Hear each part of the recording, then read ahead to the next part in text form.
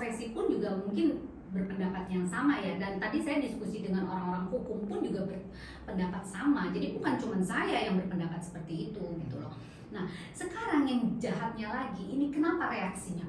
Ini semua fansnya dia, saya nggak tahu fans bayaran atau memang ini, itu bereaksi di sosial media, itu menghujat saya.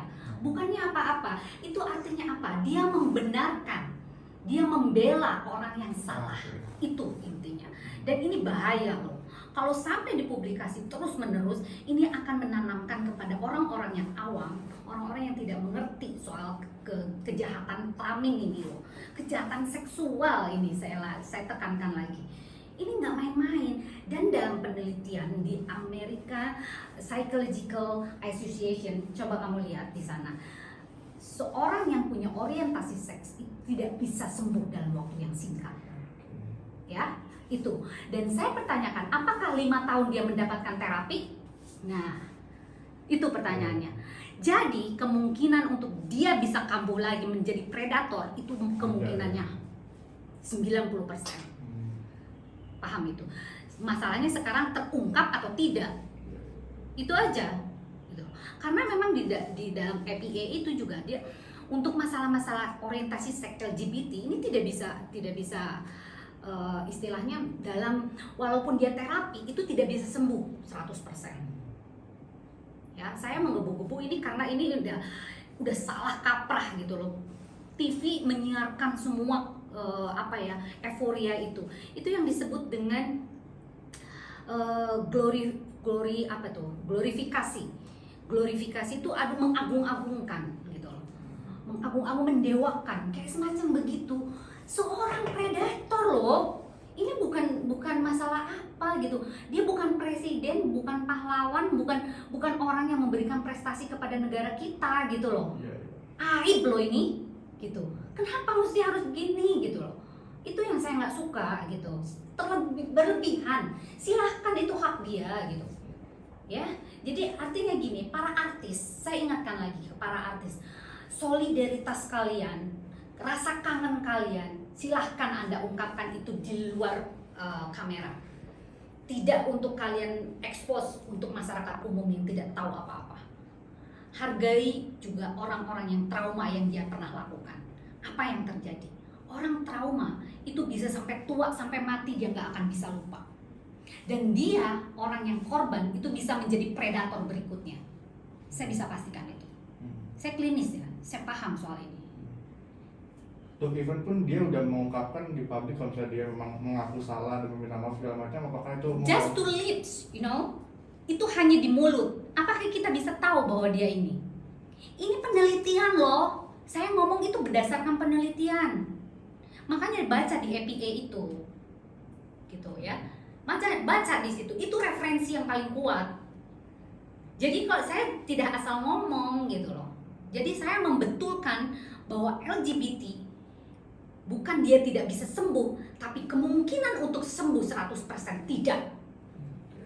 Oke? Nah, itu aja. Jadi ini harus disampaikan dan jangan di-cut. Kalau Anda cut berarti Anda nggak fair. Ini untuk edukasi loh. Ini untuk edukasi. Saya tidak suka masyarakat dibodohi.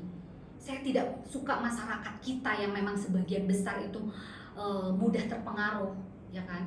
Mudah percaya, mudah memaafkan. Ini karakter orang Indonesia. Plin-plan, mau dibayar. Dan tahu dari yang saya lihat, saya suruh tim kan, coba cek saya punya sosial media. Ternyata orang-orang yang menghujat di saya itu orang-orang bayaran. Jadi memang sudah punya tim yang memang untuk menyerbu orang-orang yang kontra sama dia. Tapi lucunya lagi di sosmednya dia malah justru get Wilson. Artinya apa? Semoga cepat sembuh kan. Nah, artinya memang benar-benar haters yang memang gak suka dengan dia, perlakunya dia gitu loh. At least dia itu banyak fans ya.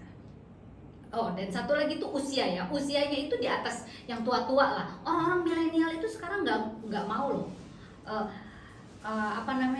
Mengerti soal-soal kayak begini. Mereka itu justru lebih ke healthy, lebih ke open minded dan sebagainya. Orang-orang yang kayak gini, orang-orang milenial tuh nggak ada. Orang-orang tua orang-orang yang seumuran di atas 45 tahun, 40 tahun, dan orang LGBT. Itu saya survei saya, dan baru berapa hari ini. Gampang survei saya mah, saya kan punya cyber juga. Dokter, mungkin dampaknya dengan kejadian ini menyambut sebegitu euforianya, dampaknya apa sih mungkin kalau dari sisi psikologi baik ke masyarakat maupun ke korban, Dok? Seperti apa selain mungkin kalau untuk korban sendiri akan jadi susah melupakan, tapi ada lain nggak, Dok? Itu mungkin untuk masyarakat ada dampaknya sih, Dok? Trauma tahu kan? Nah, proses orang trauma itu seperti apa sih? Kan kalian belum tahu kan, belum mewawancarai bagaimana si korban ini. Iya kan? Nggak tahu kan? Yang tahu itu psikolog. Apakah dapat terapi dia? Apakah orang awam tuh melihat, oh dia baik-baik saja? Yang tahu tuh psikolog. Dimasukin ke psikolog nggak? Pendampingan psikologi nggak dia? Jangan egois dong. Dan dia mengeforiakan semua Jamil itu untuk diekspos di TV. Apa sih dia? Malu loh. Saya sampai ditelepon sama orang Malaysia. Beneran ini? Oh, bener. sampai keluar waktu itu. Sampai keluar. Negaramu sampai kayak gitu. Malu loh. Dia sampai malah, let's say bisa dibilang terbalik, malah dia saat keluar mengatakan dia memaafkan perlakuan dari korban yang udah melaporkan dan memasukkan dia ke penjara. Gimana? Berarti dia melecehkan pengadilan dong. Kalau dia bilang begitu, artinya pengadilan salah. Memutuskan dia bersalah dengan 5 tahun 7 bulan atau 8 tahun yang dia dapat potongan jadi 5,7 tahun. Berarti pengadilan salah menilai dia. Bahaya loh dia ngomong begitu. Anda harus bilang juga begitu. Tidak bisa loh dia ngomong kayak begitu, sotoy banget. Dia mau membersihkan diri sendiri tapi merugikan orang lain loh. Ini pengadilan loh, dia ngomong secara pengadilan loh. Bener gak sih? Logika dong. Dia ngomong, oh iya saya memaafkan. What? Yang salah tuh siapa? Kalau dia gak salah gak divonis. Logika gak? Kalau dia gak salah gak divonis. Saya forensik juga loh, ngerti saya masalah hukum. Please deh. Jadi saya bukan asal ngomong. Saya berdasarkan kode etik dan semuanya berdasarkan keilmuan gitu. Jalan terbaik yang mungkin bisa dilakukan Saiful Jamil karena istilahnya sudah terlanjur basah nih, Dok. Sudah terlanjur Stop. Apa yang harus dilakukan? Stop pemberitaan. Dia mau mencari apapun, rezeki itu bukan cuma di TV kok. Saya yakin, seyakin-yakinnya itu di-create dan di-setting untuk menjadikan istilahnya penyambutan sebegitu mewahnya. Ada Ferrari dan segala macam. Bullshit tau gak kalau buat saya. Apa korban bilang? Sakit. Kok dia udah berkeliaran sekarang? Bisa jadi saya kena ancaman dia secara psikologis. Terjadi nggak begitu? Ada rasa takut itu. Apakah Anda peduli? Tolong ya, saya keras ngomong kayak begini.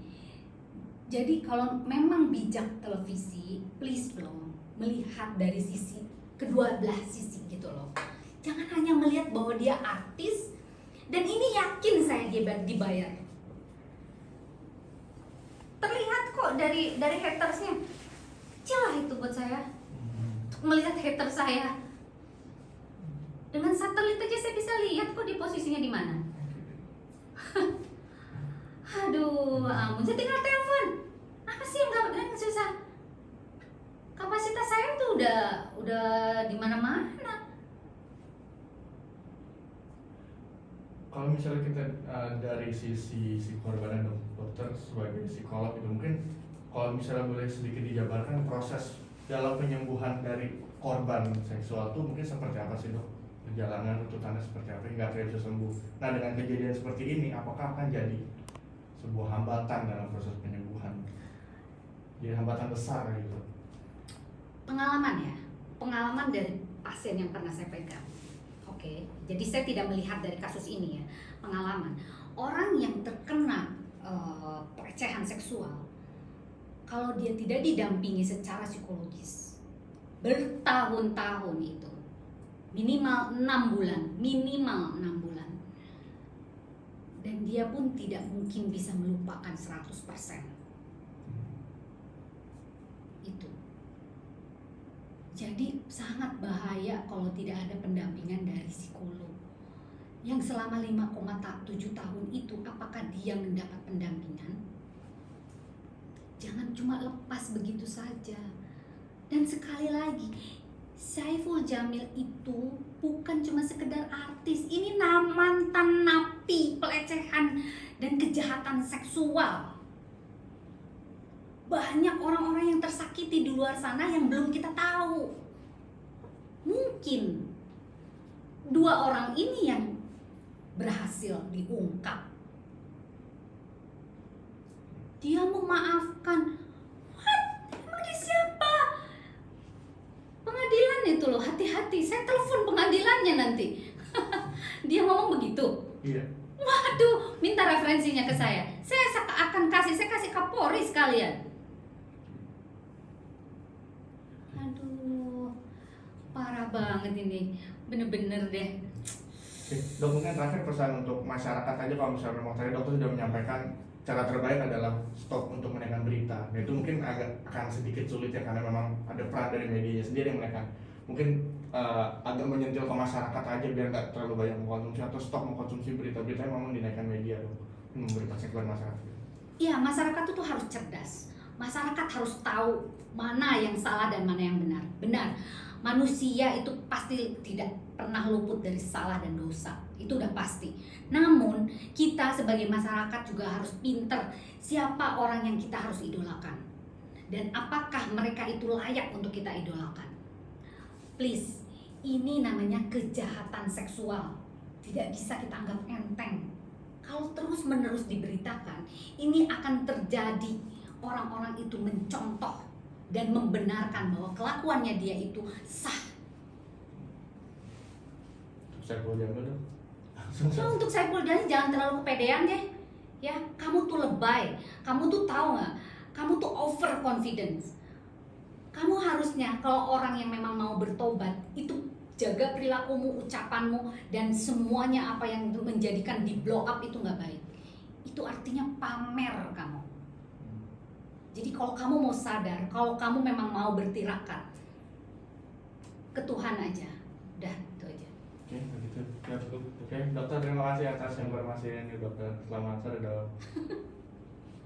Oke, mantap.